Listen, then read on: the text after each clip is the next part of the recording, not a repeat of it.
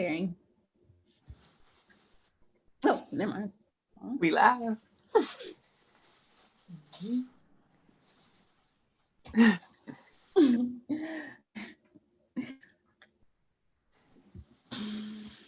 Okay. Welcome to another episode of Soul Filling, where you get your soul fed. I'm Tiffany.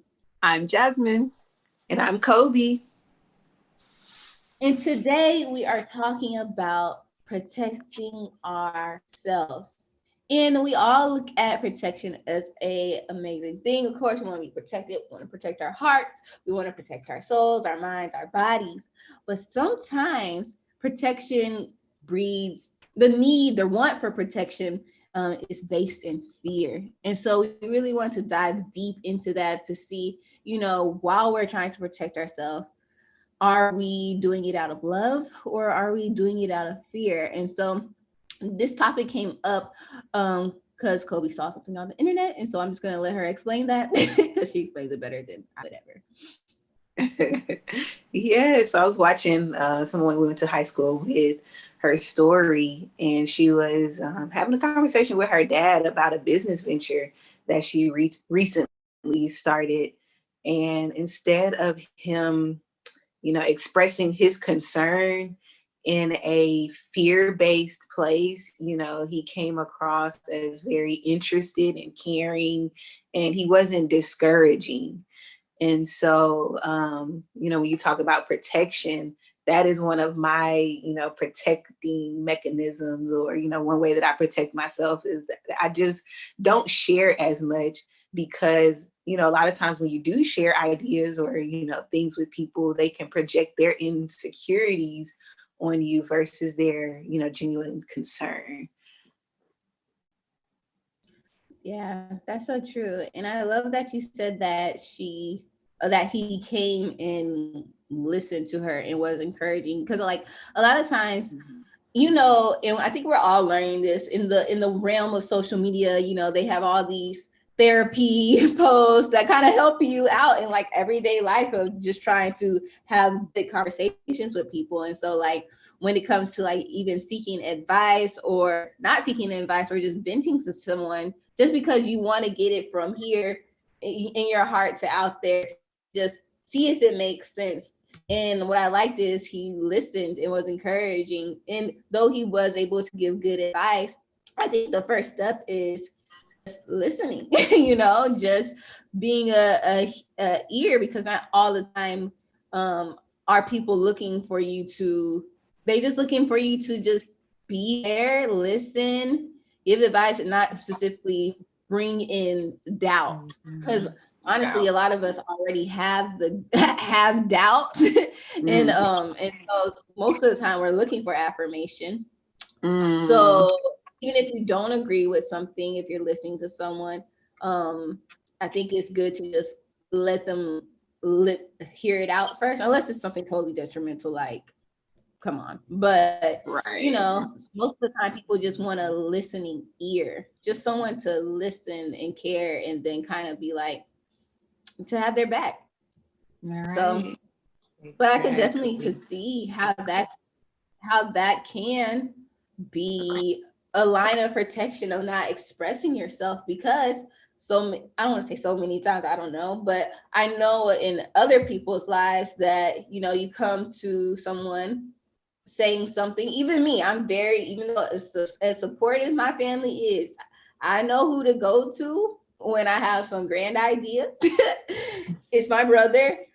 I hold off on it. It kind of slips out because, I'm a Gemini, so I like to share all my ideas when I'm talking to my mom, but, or my dad. But as of recent, because of my brother, since he has led the way in entrepreneurship, they're just way more susceptible. But in the past, traditional is the way to go. And so, I understand why people put up walls with a partner or someone they're interested in, or a friendship, because people look at you like, how you gonna do that? Exactly. Okay. It's like there's no money to be made in doing that. It's so saturated. That business is so saturated. People are already doing it. You're not gonna make it. You Or that's gonna know, cost a lot. That's gonna be expensive to get that started up, and or that's gonna take forever, or just the negativity. And for me, it makes me think there's this fine line between sharing your ideas with, and here we go, sharing your ideas for networking purposes. Because, and that's one thing I don't want to get our soulmates confused, like, oh, I have to keep all of my ideas to myself, never share with a soul because I got to protect this dream. But at the same time, you do have to be very strategic in sharing your ideas, because you never know, just a simple conversation with a complete stranger could be the missing piece, or that link that can link you to the next step so that you can continue to push forward and move forward in that goal. But it is a little tricky when you like, so it's like I said, okay, so the fine line between networking and then protecting your vision so that you're not putting it out there to be vulnerable and ripped to shreds by, you know, the naysayers, because you will have the naysayers no matter what. So I think it just comes with that discernment. It comes with knowing the temperament of the person, seeing if they're mentally ready for, you know, seeing where, and we can always kind of tell based on, you know, how that person's belief system is, whether they're optimistic or whatever the case may be, whether you can, you know, put that and see whether they're going to help pour water and grow your vision, or whether they're going to try to uproot it and, you know, like I said, rip it apart without even consciously knowing. And so it makes me, you know, like we said, being strategic, knowing when to. But then there's this book I was reading called the Compound Effect. And in the book, The Compound Effect, he talks about something called garbage in and garbage out. And so sometimes when we share our vision, some people could put garbage into our head, into, you know, making us doubt our own abilities, doubt ourselves, or, you know, it could even get so much so to you feel like you talk yourself out of the vision. And so you have to, you know, clear the garbage out. But one thing we really, really have to do, even because life is life, and we may come along some people that don't believe in us on our journey, but it's still up to us to believe and know, so much so that our vision is gonna manifest, that even when you do slip up and come across somebody that does pour salt on your vision, you still have to be strong enough. You still have to fuel your vision so much so that I don't give a goddamn what you say. Like, my vision is still gonna prosper and still gonna thrive and still gonna manifest. So but it is still like, it's still tricky, and when it's all said and done. I totally agree. That's exactly what I was about to say too. I was over here writing it down.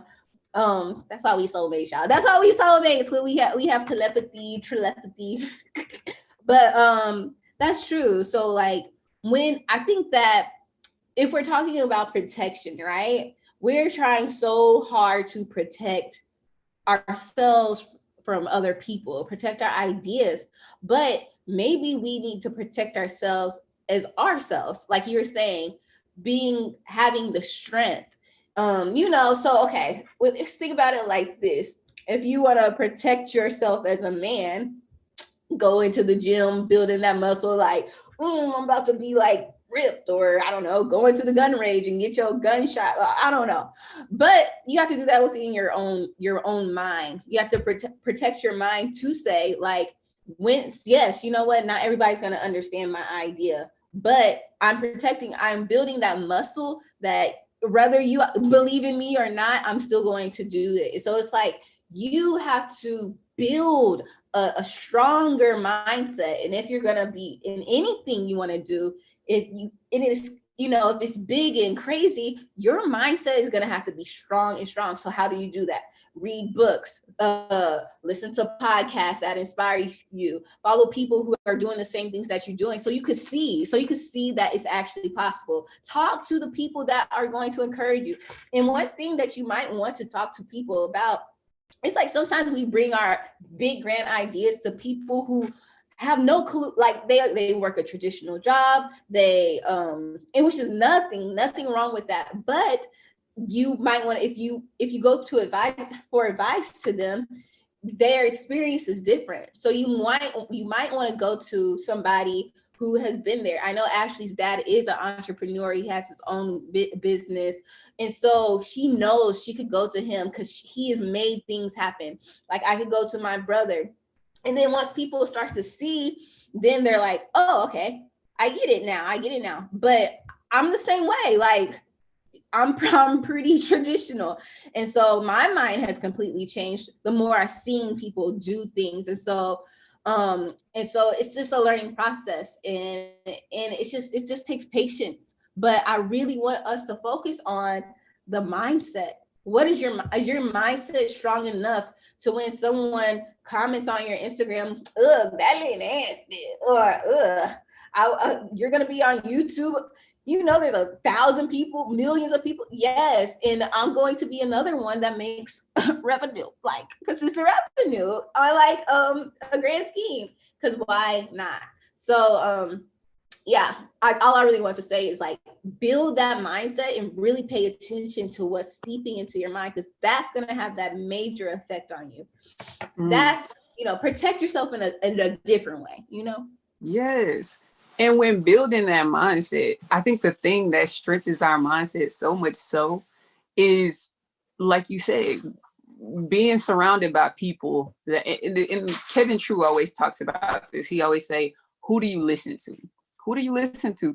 And a lot of times we listen to people that are nowhere near even experienced in the area or the arena we've been trying to go to.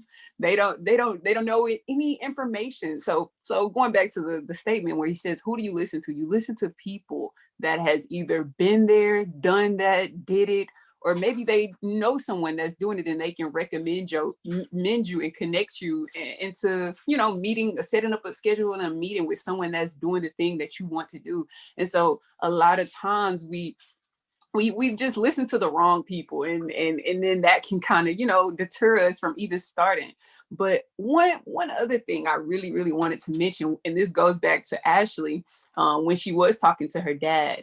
And this is another thing that can, strengthen that mindset, that belief, is because you've done your due diligence. You've done your research. When they hit you with the questions, you right there, like, oh, you can answer all the questions. Sometimes we say we have these grand plans. I mean, and it won't be that way for everything. And so I want to be very, very cautious the way I say this, because sometimes it is a figured out process as you go, and you won't know all that there is to know about the business. But then sometimes, in some cases, especially if you're presenting your business plan and you've gotten there, and I think this is kind of what Ashley done. She's been in the business for a while, and to the point where she has a good enough basis. So if she does present this and someone has questions for you, it shows, like, it makes me that much more confident in you if you can answer my questions versus like, oh, I don't know, I'm still, I don't really know about that. And it, you know what I mean? Does that make sense, y'all? Like if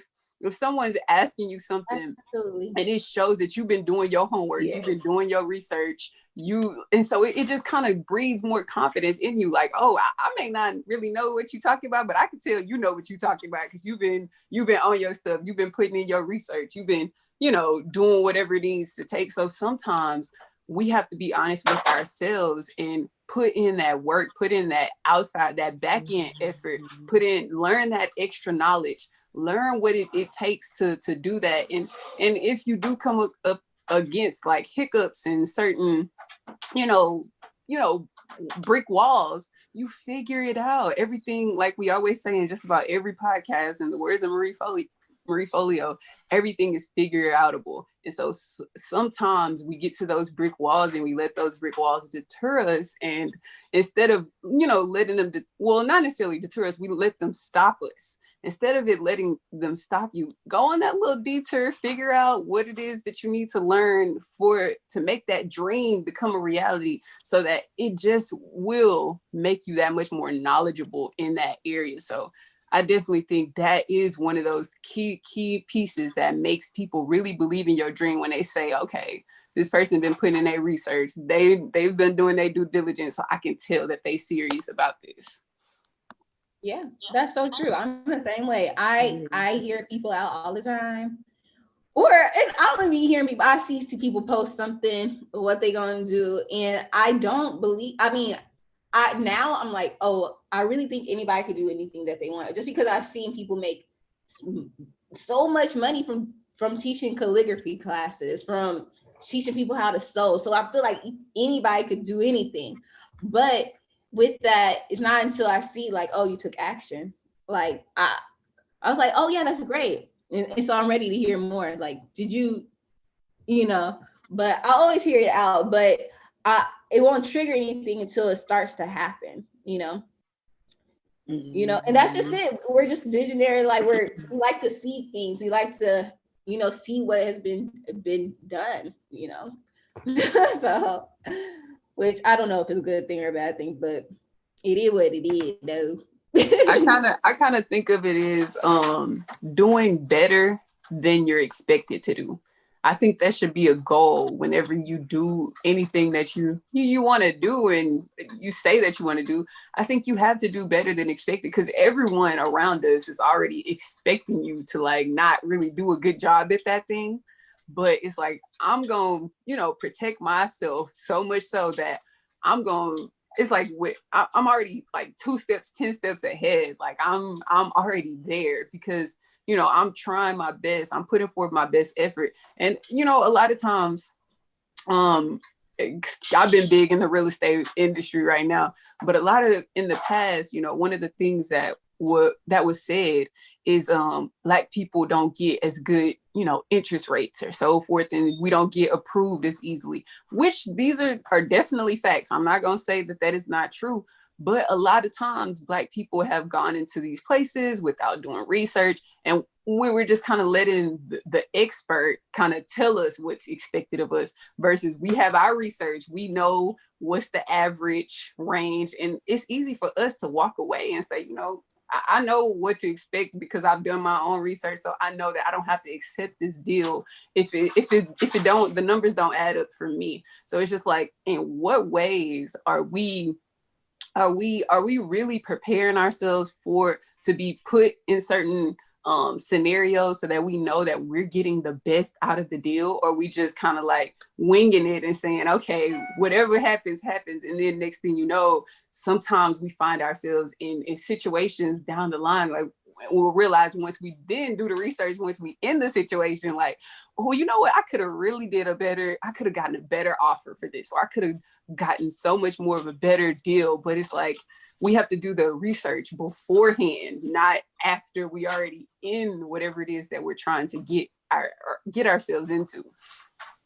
Yeah, that's so good. And it's just that I just want everyone to know, it's just like, I saw this on Instagram by somebody named Dango Jones. But they said that the sky is the beginning. And I just thought that was beautiful because, usually people say the sky is the limit. No, like the sky is the beginning, and literally anything that you put your mind to and action behind, you can definitely do. And so I know it's scary. And like, I know that one of our subtopics were like self-sabotage.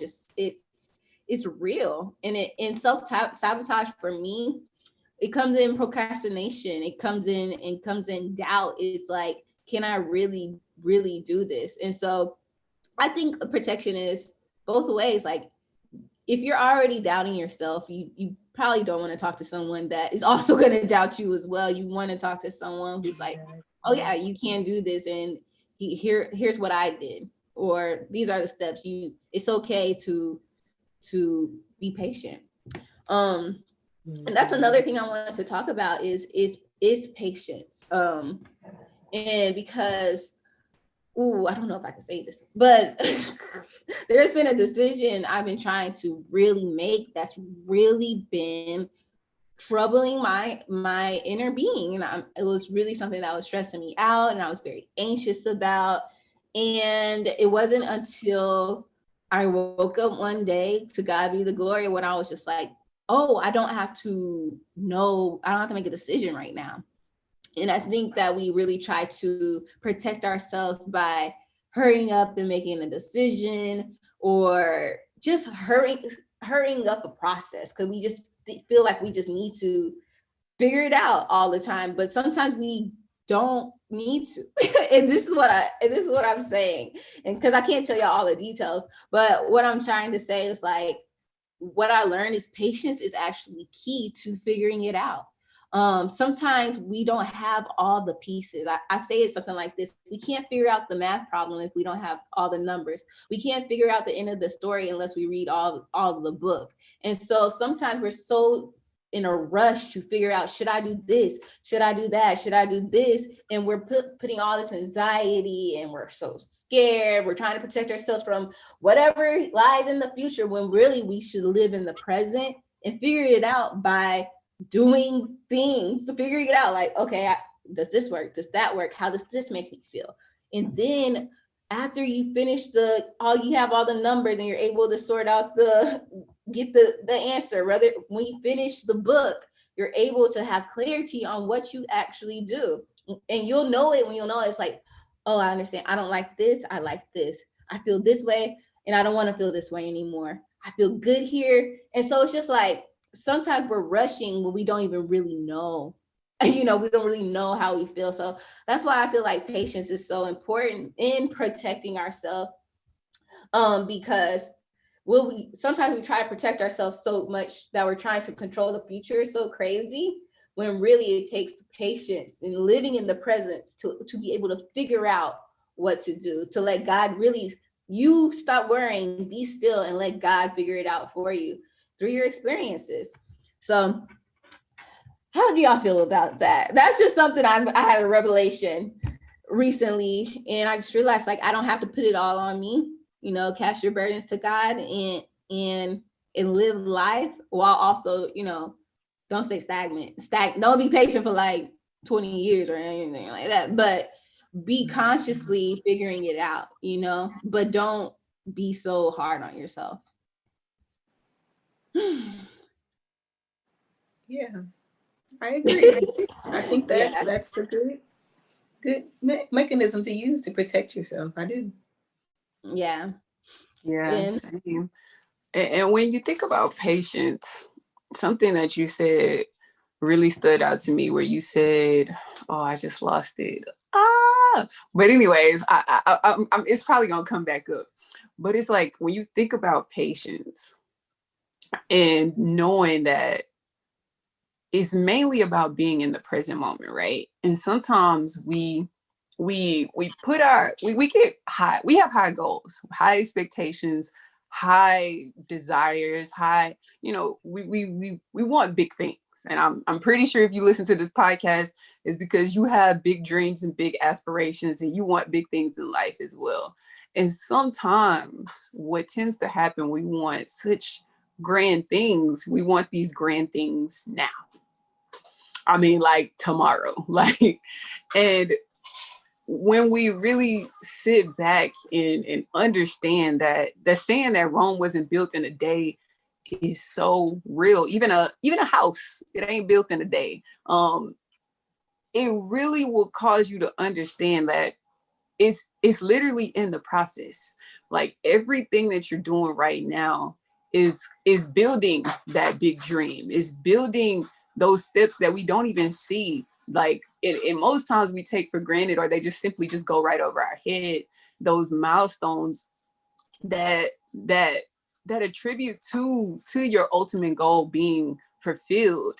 And so it just, like, for instance, because the financial journey has been one of those major things to me. And yesterday, I was at the dealership and I was getting my car serviced, and I ran into a older gentleman. He was 84 years old. He wouldn't let me forget it. He kept saying it over and over and over again. And he was just telling me how he had come from India, and he come from a very, very poor family, and how he was able to change the trajectory in his family to the point where right now he's considered a millionaire.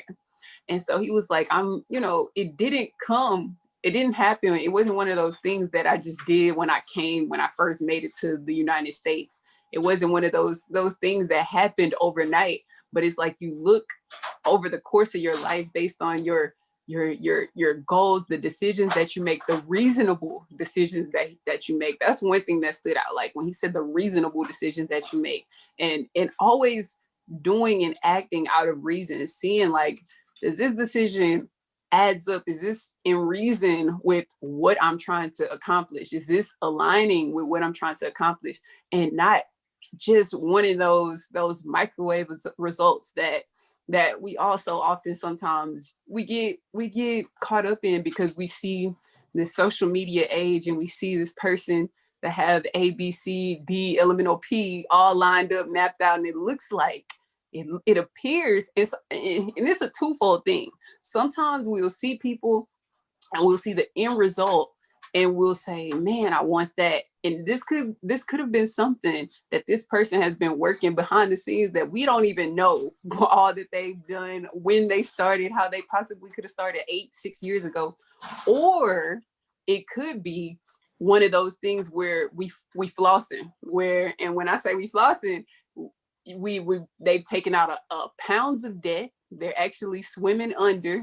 They're it's not really what it appears to be on the surface. Like right on the outside is looking good, but you don't know what I had to get it in this microwave speed. Like I could be paying 50% interest out here, or, just to get it in this fast rate so that I can look and appear to be rich.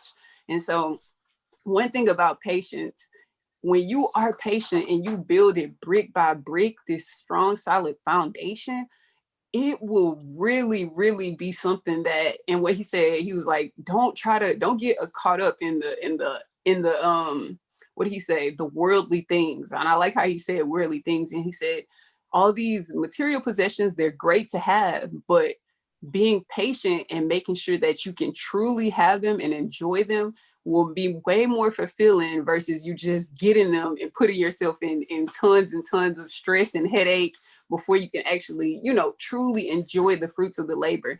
And so I just encourage us, like even a tree, if you ever look at the tree outside your house, that tree wasn't this huge, tall tree just planted yesterday. That tree probably seen more life than we've ever seen in our lives. So it's just like being okay with that slow and steady approach, that patient approach to life. And because I know, like even myself, I'm thinking about my times when I just wanted to look rich and I just wanted the design of everything. But as I grew, I'm like, okay, looking rich is cool, but actually being rich is a lot more fulfilling than what appears to be. So patience, y'all, patience. And in that patient process, just knowing and trusting that everything you're doing today, you will get to what you want. It's inevitable. It's like without a shadow of a doubt, it's gonna come true. It is going to, as long as you keep brick by brick setting the foundation. And it doesn't necessarily mean it's gonna take 10, 20, 30, 40 years. Like your patience could pay off in a matter of a year time or 2 years time, but just sticking with it.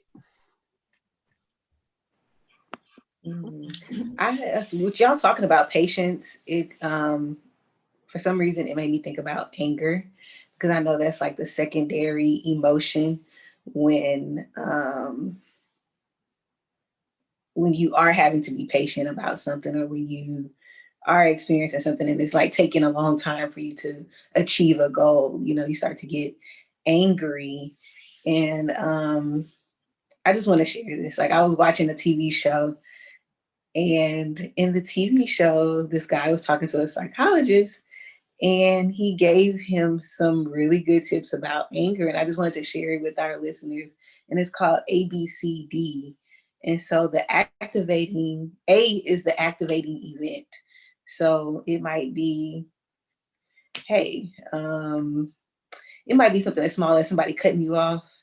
It could be something as big as, what we were just talking about with just life, taking a long time for us to get to where we need to be. And now we're angry.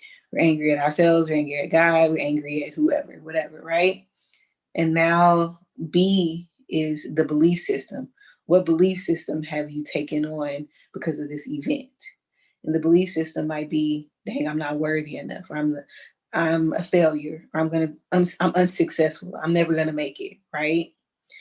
And then because of that belief system, next is C, and the consequences. So because of that consequence, now you aren't doing what you should be doing. You've fallen off, right? You've fallen off the plan. You haven't stuck to your plan, because now you're angry, you're mad, you feel like you're a failure. So you stop doing what you were supposed to be doing. You stopped working out. You stopped recording that podcast. You stopped posting on social media. You stopped doing whatever, right? And then the last thing would be D. You have to dispute that belief. And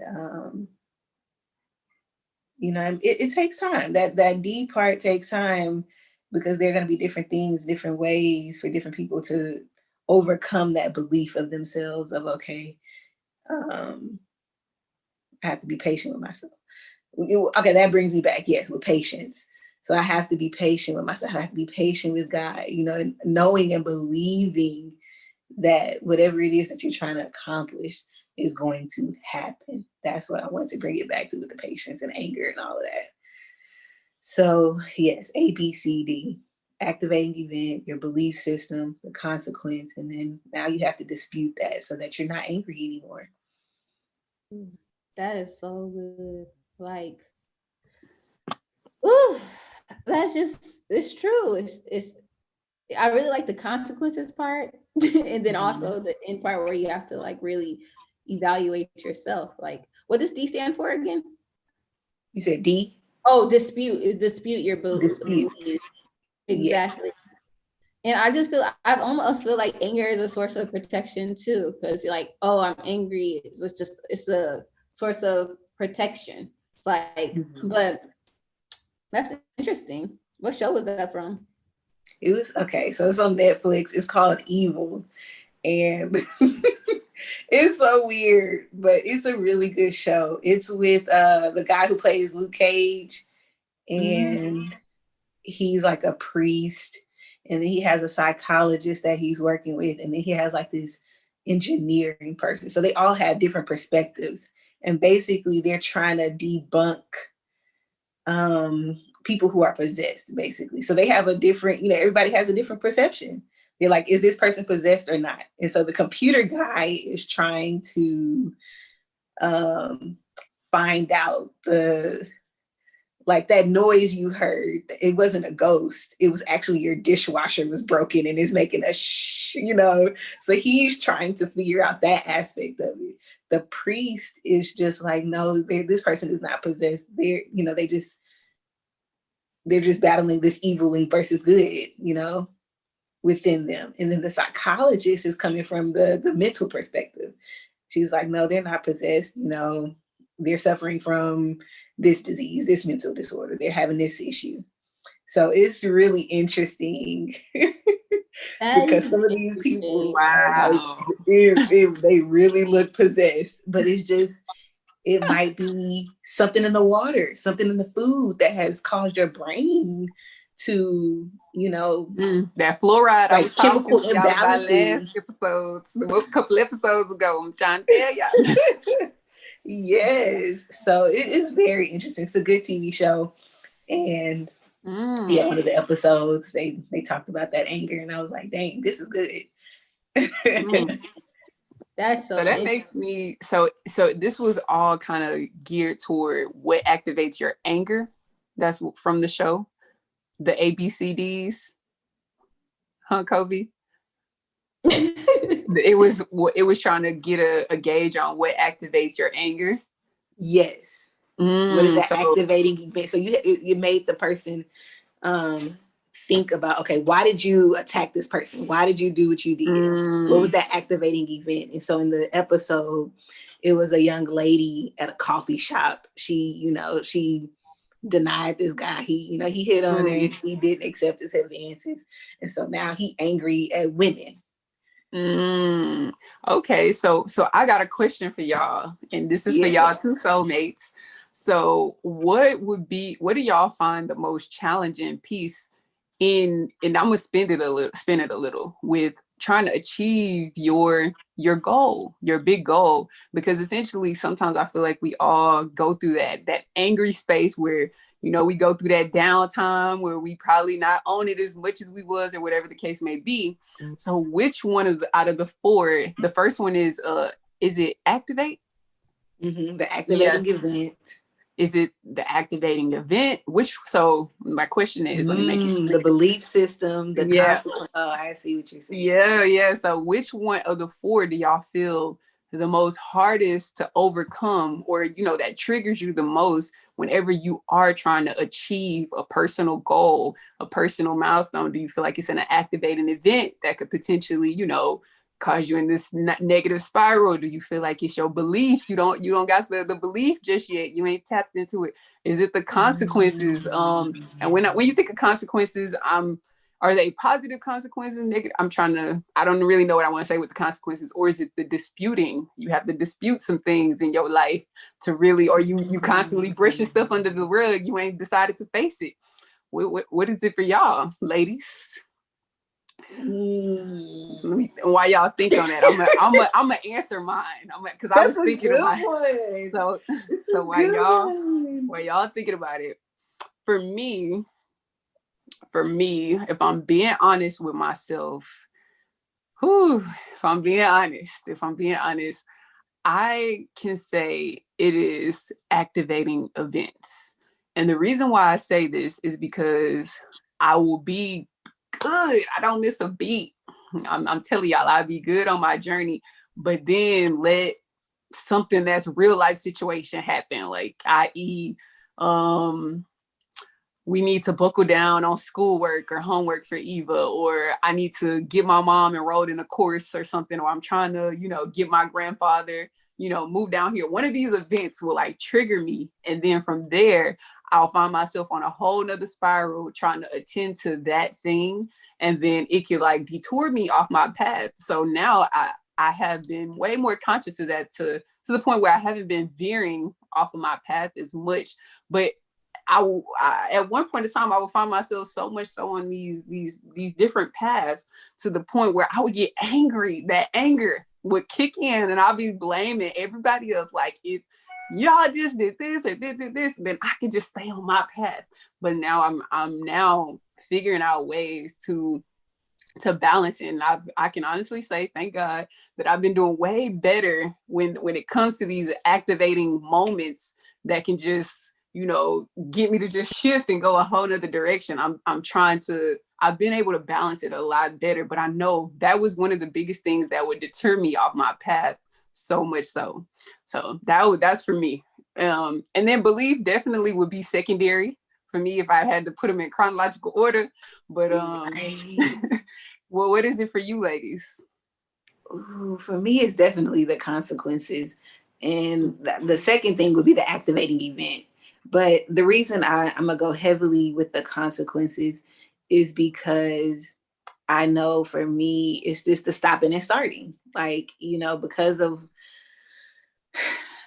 with applying for jobs, you get that denial, like hey, we, this position is no longer available, or hey, we went with someone else. And the consequences, like, if it's, I'm just, I give up, or I'm just like, I don't apply to as many jobs anymore, or I'm not applying to jobs because I'm like, oh, I applied for something like that already. And, so I'm not going to get that. So, actually it might be the belief system and the consequences for me. I don't know. It might be 50-50, but, working out, you start doing something and then you like not seeing results. And you just like, dang, F this, I'm not doing this no more. So it might be a mixture of the belief system and the consequences for me. Just because I'm not, when I know for me, when I just don't see the results as soon as I would like to, or I'm not getting the results that I want, then it deters me from continuing doing whatever it is that I should be doing. Yeah, I'm the same. I don't really know if I'm answering this question right, but what I realized triggers my anger is the consequences. And it's nothing like bad, but more so the consequences of not really being consistent. Like for me, I get really sad sometimes when I'm looking back like on my YouTube, and I'm like, dang, like y'all niggas really y'all really watching. I was like, and I started so long ago, and I'm like, I could have been bigger. I wouldn't have to worry about working for real right now. I will be working YouTube. And so sometimes I look back and I'm like, that angers me, that I'm like, dang, why didn't I maybe believe in myself more? Or why didn't I put more effort or put attention? Or why can't I be consistent? And so it's kind of like beating yourself up. But it's just like, it's like kind of have to let the past go and know that you can still do it. You can still do it now. And so I don't know if it's a limiting belief that we're like picking two, but I feel like I don't have time.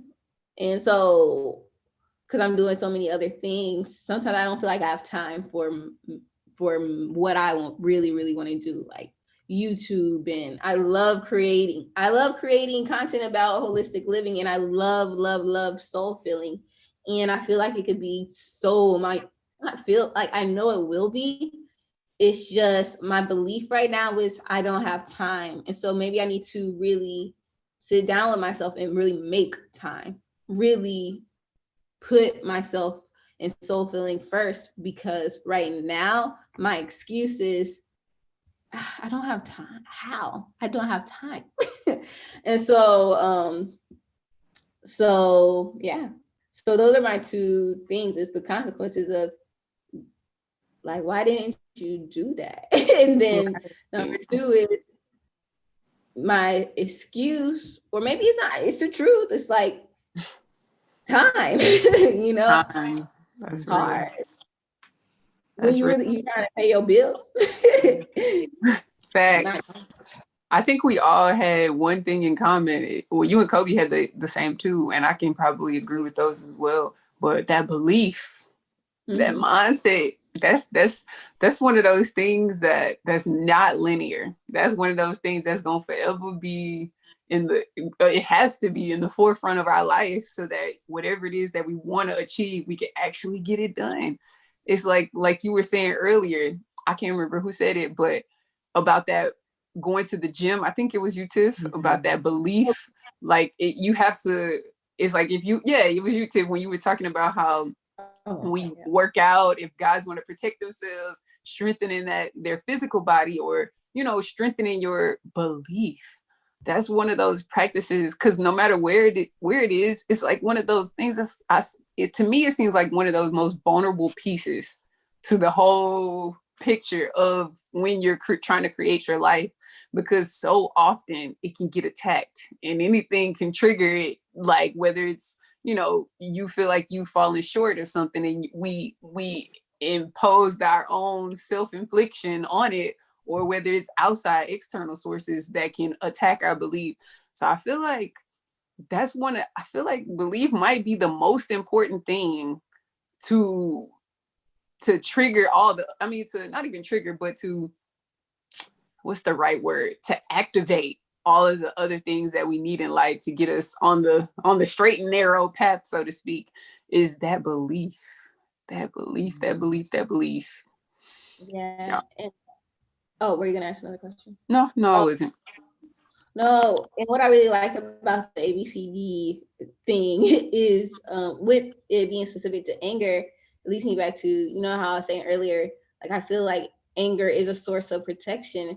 And when Kobe was talking about how, she gave the example of how a guy is so mad that this girl rejected him, and now he's like, I don't like all women. Well, that is a source of protection. Like, I'm not gonna let women get close because I've been rejected before. Like you're saying, I'm not applying for another job like this. Obviously, I'm not qualified because this person, and so I think if like using this analysis, especially going back to D and disputing the belief that we have about ourselves, is the key to figuring out what angers us and why it angers us. And then behind that, we'll see fear, what our fears are. And then that will allow us to confront it. So like the guy, he fears rejection.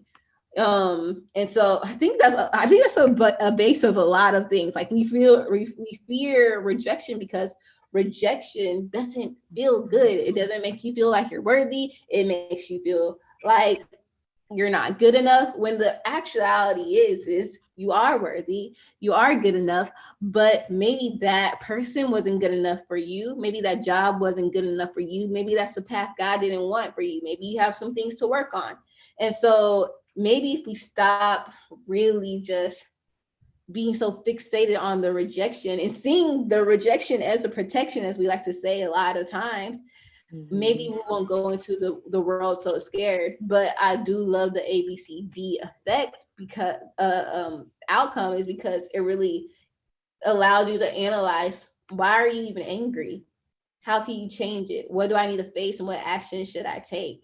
And so yeah, I just think about that a lot. And one cool thing I wanted to add to it is, and one thing you mentioned when you said anger is one of our sources of protection, in a sense. Yeah, and in a sense, it can be our own detriment, but at the same time, it can provide some basis of protection. But one of the reasons why, and this is, I've read this in several books, but I think I don't know if this came from the compound effect, or I'm reading this other book called Making Wealth Easy, something like that. And when I say y'all, I'm reading, I just want to let y'all know I be listening to audiobooks. So you same thing. It's a book. It be audiobooks. So y'all get into it. If you ain't got time to sit down and read a book, get into that audiobook life. But no, in the book it said that it is our human nature to fixate on things that can harm us. So when you think about the news, although there's a plethora of great things happening around us each and every day, our human nature, we gravitate toward negative media. I mean, it just is what it is. I just have to say it like that. We gravitate toward the things that we want to know. It's like a natural reaction to want to know all the bad that can potentially happen, so that we'll know how to navigate through it to kind of try to avoid it. And I think this is a good thing, but at the same time, it could be very detrimental if you only fixating and focusing on all the bad things that can come. Because like the law of attraction, or like in the Bible, what you sow, you should reap. These things will attract in your life at an amplified rate if you really just look at it. And so it talked about this is so deep, y'all. This is like embedded in our DNA, because even back in the caveman days, or way back in ancient civilization, it was known that we would, for our survival, for the basis of our survival, in order to survive, we had to look for the things that could potentially kill us, whether it was poisonous plants that if we stumbled upon them, it could kill us in a matter of seconds, or poisonous animals, or the scarcity of food, or anything. We had to focus on these things so that we didn't, come across them or expose ourselves to that thing, so that we didn't die, so that we could actually survive. So fast forwarding to thousands of years later, we're still seeking our minds to focus on the things that are not true. In some cases, a lot of times they're not true, but the things that can potentially harm us, or the beliefs that tell us that, oh, I need to stay away from this, or I need to do this or do that. And in such, these things could really be, it could be altering our belief about ourselves, the belief about certain outcomes, the belief that we're creating just for our own quote unquote protection. And I'm trying to think of an example, like, and my mind is going blank, but I'm trying to think, it can just be something as simple as driving, where we're trying to think about, oh, I don't want to, get into an accident. And of course, that's a very relative thing if you're driving in a car, but you want to think about, I'm just going to get to my destination safe. But our own survival mentality will tell us all the negative possibilities that could go wrong. And so in our dreams, our mind is telling us all the negative things, I could end up in a lot of debt because of this, or I could, end up completely failing because of this. Or on the flip side, you could end up succeeding and creating generational change for your family, or you could, really create building blocks for wealth and whatever the case may be, or bring unity in a whole community because of your action steps. So it's like a battle within our own internal lineage of our DNA, our ancestors that grew up in survival mode.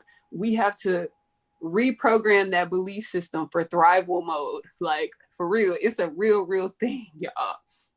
Yo, I love that he said thrival mode. I feel like that should be on the shirt. Thrival mode, like, girl. Thrival mode. We're on thrival mode. Right, hashtag that. You're right. But I think it's very important that you say that, like, this is just a very human thing to do, because it kind of makes you feel better about, like, why. But the why, when I say why we worry so much, because we want to stay alive, it's in our DNA to want to live. But it always goes back to, like, but live abundantly is what Jesus Christ wants for us, to live an abundant life. And so I always go back to, like, what Bob Proctor said when I was telling you guys, like, the difference between us and animals is that we are able, the reason why we feel so always trying to figure it out, because God gave us the ability to manifest and create our own environments. And so that's really why it's so important to work out our mindset, and really to strengthen our mindset so we can strengthen our beliefs, because we have the power to do that. And so though we might be naturally be able to do this, we also have a magical power within ourselves to visualize, to speak things. We're really magical human beings. And so we really need to tap into that and know our magic. People try to stop, when I say people, I mean like white people, like, like the system, not all white people, of course, but the reason why we weren't able to, read books and stuff like that growing up, or the reason why they always are trying to oppress Black people, is because they don't want us to know our power and our magic. Now we have access, so it's up to us to be able to read our Bibles. There's just a plethora, I don't even know if that's the right word, of access to how we can tap into our magic. And then there's like a few things I just wanted to tap on, is when you said like, hey, soulmates, when I say I'm reading books, I'm just listening to books. You said if you don't have time, then just listen to the books. And I don't know that really stuck into my mind, because that was the thing. I always say, like, I don't have time. But there's different ways in your life where you can make things easier for you. So you might not have time to sit down and read a book, but you can listen to the audio book. So in whatever you want to do, I may not have a lot of time to create a 10-minute long YouTube video, but I could create a 1-minute YouTube video.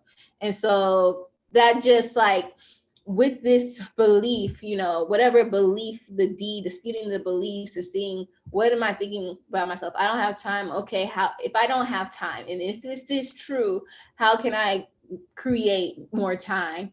Or how can I do this an easier or more efficient way?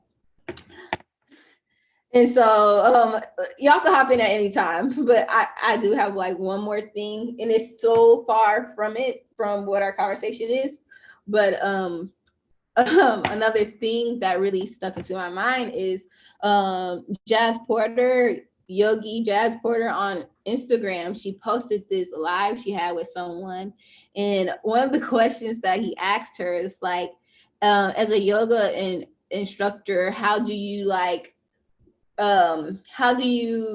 respond to, like, people who try to, like, hit on you? Because she's beautiful, like, and amazing, but, like, so it would be very easy to probably fall in love with her. So how do you make sure, like, you have like a professional relationship, something like that? And what she said really blew my mind is she's like, she doesn't really, like, she loves fully, and she could be intimate in a way that's not sexual. And so she doesn't like not give, like she said, the way I stare at people when I talk to them, or the way I hug and embrace people might make them feel like that, there's something more, but really that's just how she loves. And I thought that was, and she said, and she said there's been times where people think things other than this is just natural, pure love. She's like, and if they do have the wrong idea, that's when I tell them, hey, no, this is just how I, this is just how I love. And so I thought that was so beautiful, because if you've been listening to the podcast, for me, one of the fears I have, kind of still have, is hurting people. And so in this one, and I mean this in like a romantic relationship. So I won't be patient to see how things evolve, because I'm trying to figure out so badly, like, are you my husband? Because I hurt my ex in the past, and that hurt me as well. I don't like to see people I love hurt. So I don't want to like end up having to break their hearts and stuff like that. But then I realized that doing that by trying to protecting myself made me lose someone that I actually love, because I threw them away because I was scared. And then also, it's just not fun to hold love away, whether it's like romantic or not. And so I will not be as lovey or anything to anybody, because I don't want people to get the wrong idea and stuff like that. But now, since she said that, I want to be more loving, because I'm naturally gonna hug you. I naturally want to touch people. I naturally want to give people compliments and praise their being. And if it comes to a conversation where it's like, oh, I just don't feel the same way, it's just got to be the truth, and that's just gonna have to be a lesson. But that's just another form of protection I had over my own heart, where it stopped me from just being a loving person that I really, really, really want to, that I really am, So I don't know what y'all think about that, because I know people be like, you're gonna be leading people on, that it's really just not the case. I think that's part of, you mentioned earlier about self-sabotage, and that's kind of part of it. A way that we're protecting ourselves is by avoiding an uncomfortable feeling. And so we're like, I don't want to hurt nobody, or I don't want to get hurt.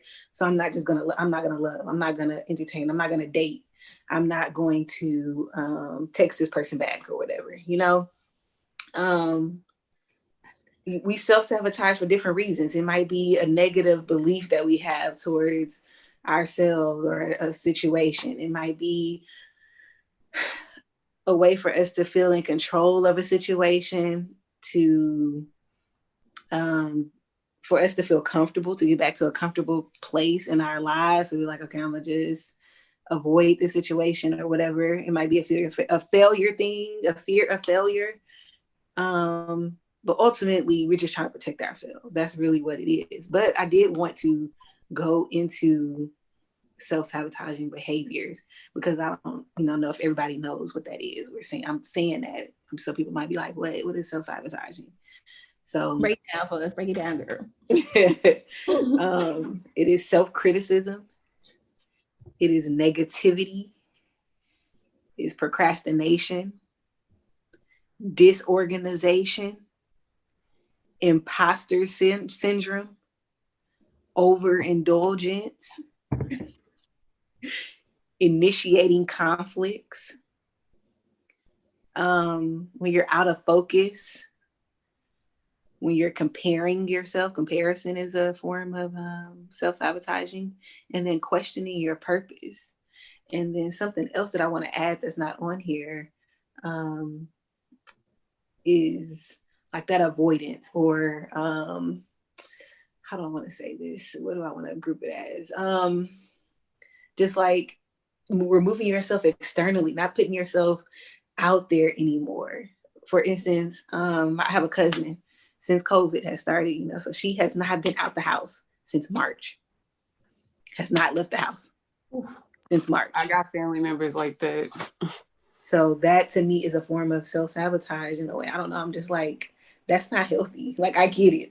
COVID is real. And I'm not trying to, discredit that or discount that. But you haven't left your house since March. That's self-sabotage. That's problematic. That's scary. And the first thing is to identify whichever one of these you are, whichever one you tend to, whichever one you navigate towards. And to recognize that, number one, identify it, and then deciding, going back to that ABCD thing, deciding how you're going to change that behavior. Right. Who knew I was really self-sabotaging? Because you said identify one, I identify like 3 or 4. Girl. Procrastination, organization, focus, avoiding. Yes. Disorganization. Yes. I was like, all of it. Yes, we all self-sabotage. We all do it. We all do it. And we have to identify it in order to correct that problem. Yeah. The first step in getting help is acknowledging that there's a problem. So yes, having that self-compassion for yourself, because we talked about the negativity and beating yourself up, being hard on yourself. Having that self-compassion, being kind to yourself, loving on yourself, practicing self-care, pinpointing those reasons why you self-sabotage. Like I said, going back to that ABCD method. Like, I know it's for anger management, but you can utilize that to figure out anything, to pinpoint whatever it is that's going on in your life and why you are, behaving and doing the things that you were doing. Right. Wow. That's deep right there. I ain't gonna lie. My heart kind of like, oh, I didn't know she was gonna say all of those. But that is really good. We probably can do a whole episode on that to really break it down, because there's some things I'm like, imposter syndrome, there's some things it's like, I feel like we really got to go and break these down so we can know what steps we could take to combat this disorganization, this imposter syndrome, procrastination, because sis, need help. Part 2. That's gonna be part 2. Right. Gotta be right, because when you think about it, and one thing that you just said, you touched on, Kobe, when you said, and this probably doesn't blanket everything, but being kind to ourselves.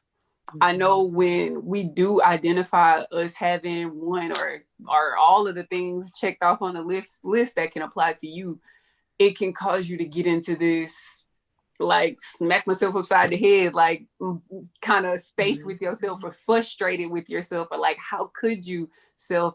But I think when we react in that way with ourselves, that kind of digs ourselves deeper into the very thing that we're trying to free ourselves from.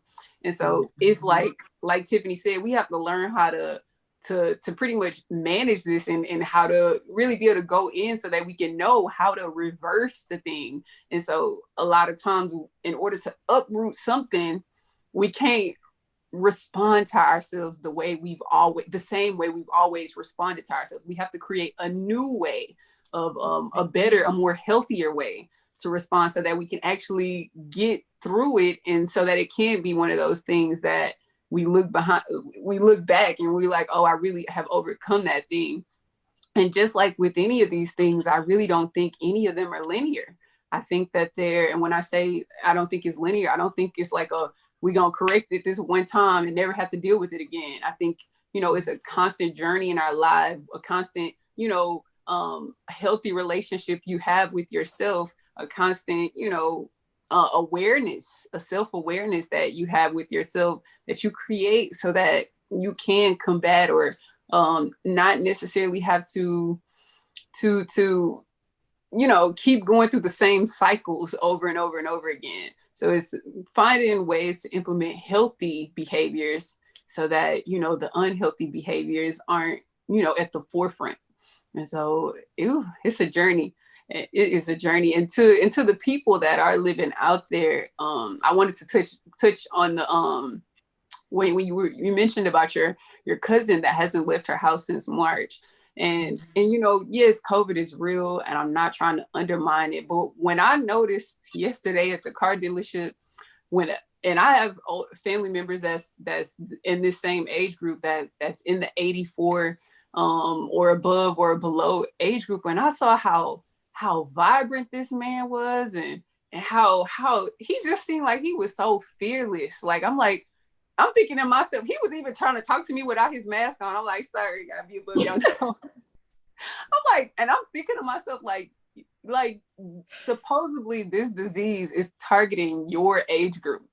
And just to see how fearless and how healthy he was and how healthy he looked, like he looked like it was just so beautiful. The point I'm trying to make, how healthy and how fearless and how confident and courageous he was in the middle of a pandemic. I'm just like, wow, it's just inspiration for those of us that are living in fear right now. Now, I'm not saying go as extreme and, not wearing your protective PPE at times, but I'm just saying, like, we have to learn to protect ourselves, but protect our mental and not let the media create so much fear to it. It traps, so that to the point where it traps us from living this beautiful life.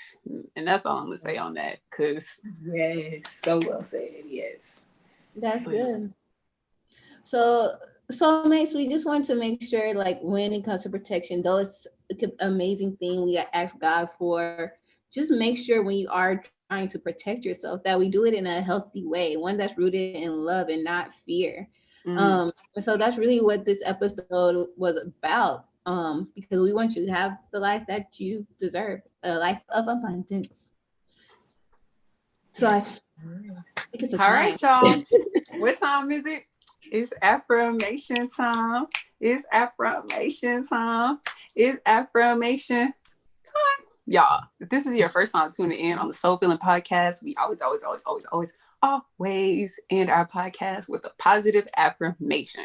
So what the heck is an affirmation? An affirmation is any statement that you are using to transform your life. And these are just everyday statements that we're using, y'all. So either you're saying positive and uplifting things, like, for instance, in the Bible, it states, let the weak say, I am strong. So during those times when you're feeling weak, down and out, sick or tired, or whatever the case may be, don't affirm those negative things over your life. Instead, speak positive, uplifting things, letting yourself know, I'm getting better and better every day in every way. I always get through this. I'm an overcomer. I'm an overachiever, whatever the case may be. Speak positive, uplifting things into your life and watch how your life transforms for the best. I'm affirming that there are millions, billions, and trillions of y'all, and there's 3 of us, and we're gonna go ahead and end this thing out with our positive affirmation. So who wants to go first? I'll go. I'll say, I am creating time for the things that fill my soul with so much joy, love, and happiness. Yes. I am. Oh, Daddy, why you gonna call me right now in the middle of the affirmation time? Hold on, my daddy. Talking to my dad. Okay. I have a hedge of protection around me at all times. Yes. I am challenging my inner critic to be more kind and to protect myself in healthy ways. Yes. Yes. All right, Tiff, let them know where to find us. Yes, if you want to know where to find us, we're literally everywhere.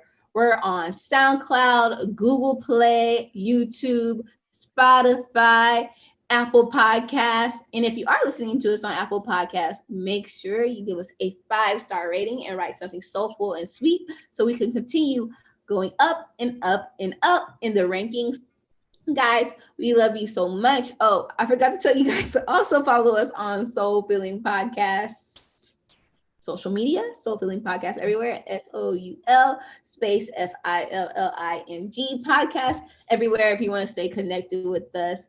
And I think that's it. I just want to let you know that we love you so much. Yes, until next time, soulmates. We love y'all. Bye. Bye.